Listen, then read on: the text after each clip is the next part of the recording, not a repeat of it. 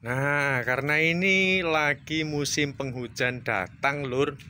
Ini bagaimana cara kita memiliki tanaman yang subur, itu perlu kita persiapkan terlebih dahulu lahan untuk media tanamnya.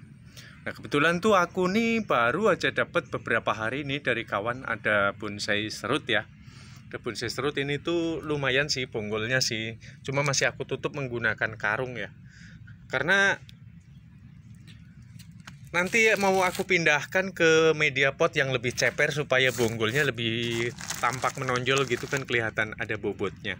Nah, sekarang tuh bagaimana supaya kita menanam seperti ini agar tidak bolak-balik nyiramin dan tanaman sekali kita hujamkan langsung tumbuh seperti ini tanpa mengalami sebuah kelayuan. Kita mau menggunakan ini nih guys, aku mau berbagi tutorial. Kalau ada nasi sisa jangan dibuang. Kalau ada nasi yang tidak habis seperti ini jangan dibuang ya. Lakukan sebuah perendaman agar dia dapat memicu pembusukan. Karena ini tuh bagus banget, nasi itu banyak mengandung organik di atas 20%. Jadi sangat bagus sekali jika kita padukan dengan kompos. Ini sudah aku sediakan. Walaupun ini belum aku sortir tanahnya yang agak keras-keras ini, karena ini aku lagi berbagi tutorial ya. Dan selanjutnya yang perlu kita gunakan sebagai bahan kompos, kita perlu yang namanya kokopit, atau mungkin dapat juga menggunakan bahan dari pelepah ataupun batang pepaya ya Lur. Seperti ini kan batang pepaya. Sebetulnya ini tuh langkah bagusnya dilakukan sebuah perendaman terlebih dahulu. Tapi karena ini udah sering kali kena hujan, jadi nggak perlu aku rendam kembali. Kebetulan kemarin aku sudah habis bikin, aku pakai buat ini serutku ini. Nah, sekarang ini ada sisanya, aku pergunakan kembali. Yuk langsung aja. Hal yang pertama, aku ingin menjelaskan terlebih dahulu. Ini kita harus mempergunakan tanah yang sudah memang kita sortir ya. Ini hanya tutorial, jadi nanti anggap aja ini sudah tanah yang sudah super mawur ya guys ya. Nah, kemudian kenapa kita harus menggunakan sabut kelapa? Sabut kelapa tersebut berfungsi sebagai penahan kelembapan air agar media tanah kita ini nanti tidak segera mengering. Itu alasannya. Dan secara auto dia akan update ketika sudah zat taninnya dia hilang, larut, dia akan dapat memicu kestabilan, plus dia dapat menjadi organik secara otomatis, yang sehingga nanti organik tersebut dapat menciptakan satu unsur hara dan karbon dioksida, sehingga nanti ketika pohon sedang reproduksi fotosintesis, dia dapat larut bersama dengan air. Dan perlu difahami, tidak semuanya tahu makanan bagi tumbuhan adalah air dan karbon dioksida, gitu ya. Nah, anggap aja ini sudah ini ya, sudah aku basahin, tapi sebetulnya yang bagus itu masih dalam posisi dia dalam rendaman kayak gini. Alasannya kenapa? Karena ketika nanti kita mencampurkan dengan tanah, ini tuh posisinya sudah lemas. Jadi sehingga tuh kita mencampurkan dengan tanah seperti ini tuh gampang gitu Lur. Tuh. Dan jangan lupa diaduk sampai merata.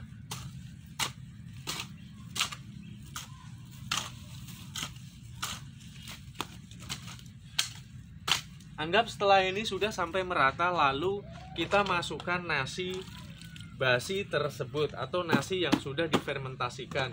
Fermentasi caranya bagaimana Bang? Udah tinggal dicelupin bersama dengan air dan dikasih gula pasir sedikit. Kok harus dikasih gula pasir? Ya karena nggak dikasih juga nggak apa-apa. Gula itu untuk memancing ini pembusukan. Jadi sehingga dia itu nanti nasi cepat berjamur. Itu alasannya menggunakan gula. Jadi nggak usah pakai gula juga nggak jadi soal ya. Apalagi gula kan mahal Lur. Nah seperti ini. Apakah ini harus dibiarkan begini saja? Jikalau sobat ada, itu dapat juga mencampurkan dengan bekas bakaran.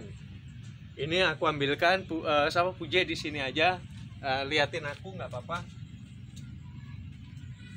Sebentar. Kebetulan aku punya tanah bakaran ya. Nah, ini tuh sangat bagus sekali. So pasti semua pecinta tanaman akan setuju jikalau bekas bakaran sampah dari dedaunan maupun ranting-rantingnya ini banyak mengandung organik. Dia sudah komplit di dalamnya itu dengan berbagai macam nutrisi yang diperlukan oleh tanaman.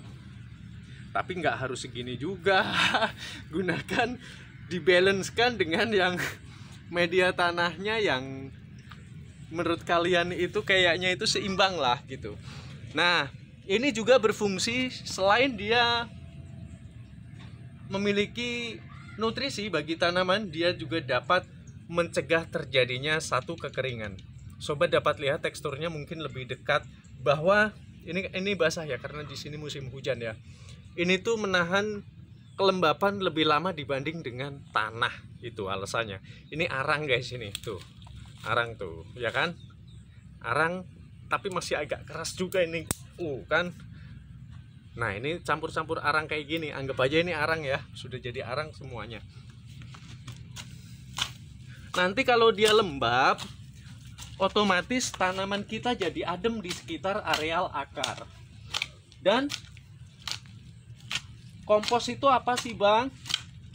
Kompos adalah selain dia juga dapat terupdate dengan secara otomatis dia menjadi organik yang dibutuhkan oleh tanaman, kompos berfungsi lebih berperan dia sebagai ini, tingkat kegemburan tanah. Jadi kalau kita menanam di dalam media itu nggak segera padat.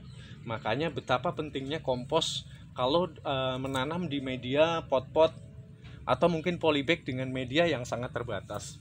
Oke, sudah seperti ini aja. Ya, lakukan sebuah ini ya.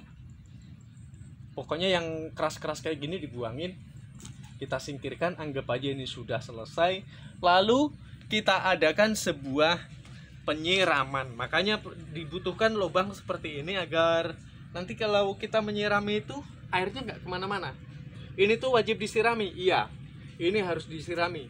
Jadi kalau sudah terkumpul seperti ini, seminim-minimnya 2 minggu baru boleh dipakai agar dia tidak ini ya, tidak lagi panas gitu. Sudah dipastikan nanti tanaman kita jadi subur. Ini bukan hanya sekedar konten guys, ini tuh ilmu bermanfaat banget bagi kalian yang memang cinta dengan tanaman. Oke, terima kasih ya buat teman-teman ya.